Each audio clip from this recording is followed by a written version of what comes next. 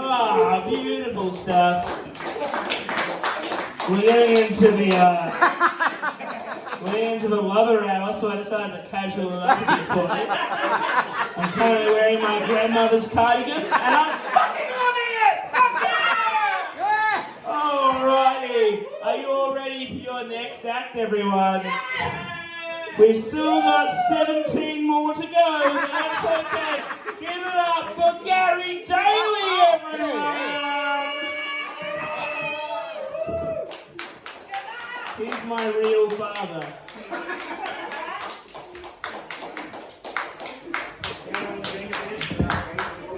Fuck it, we've got open mic fatigue tonight. Sure picked a bad time to come. How many people I can actually count? What, 9 or something? Anyway. I was born by before the internet, and boy, I claim that to get a bit of a laugh. That one better. Anyway, have you ever noticed in nature how the butterfly gets all the promotion? You know, the butterfly, or first it's a caterpillar. Goes over the tree, turns into a fucking womb and melts itself and then flies out as a beautiful butterfly. But what about the fucking maggot? That becomes the fly. I mean, this beautiful maggot is going through the skull of an animal or a dead body or whatever, and then that too produces beautiful scientific nature and flies away like a fly. Well, what I'm saying is the butterfly gets all the good things, but the maggot is doing a good job as well.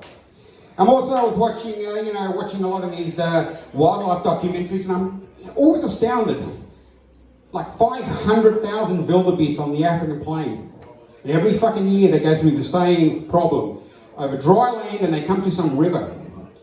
And there's like 4,000 starving crocodiles. Now there's always one wildebeest in that whole lot who must be walking around going, fuck it. Last year, something happened here last year, and he goes up to the boss, wildebeest, and says, look, I think we should go the long way around.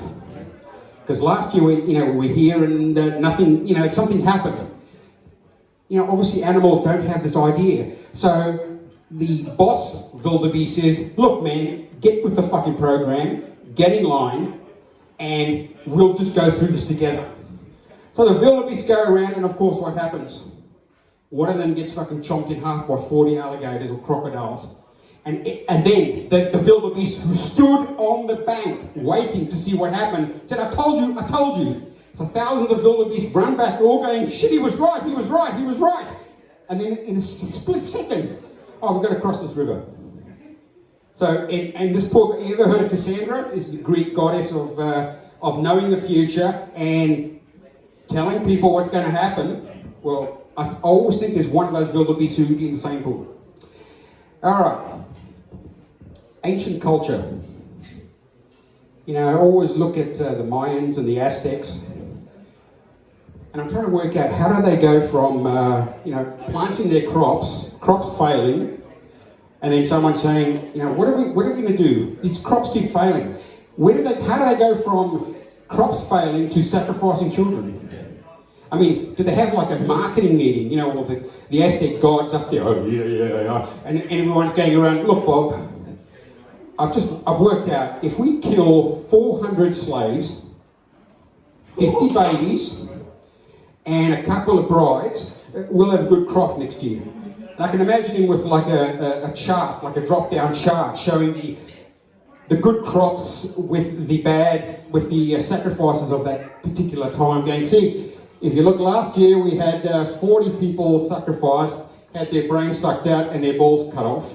And if we don't do it this year, the same thing, we won't have a good crop. And everyone seems to agree. And they take this leap from going from a peaceful society,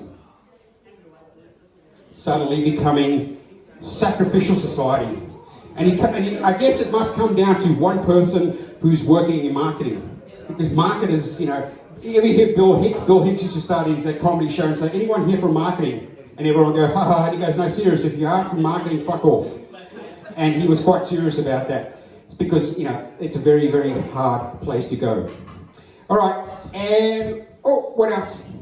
Oh yeah, when I was in New Orleans, I was walking down the street where I shouldn't have been, and I got mugged by a guy wearing a pink top hat. And apparently, but that's not when the cops came, because there was this guy doing this, and I stopped to watch him. And when I stopped to watch him, he just punched me right in the face.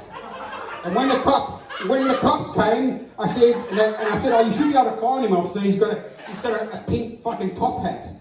And the cop said, "Well, most people wear pink top hats here down in New Orleans because it's one of those places where people seem to wear a lot of top hats. I don't know if you've ever been there. Top hats, beads, and basically, if you go to the youth hostel, they'll say to you, stay away from the men with top hats." But I didn't take it seriously. I should have. And when I was on Greyhound bus,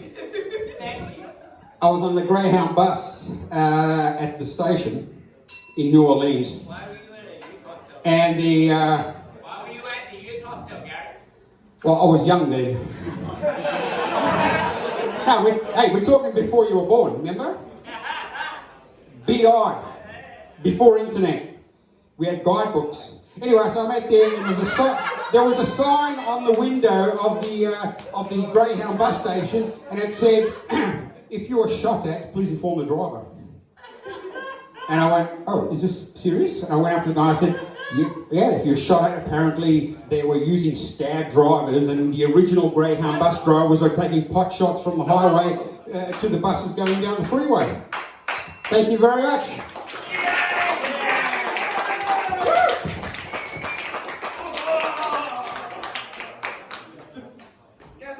One more time for Greyhound Gary, everyone. Beautiful stuff. Oh, fantastic. All right, Sarah.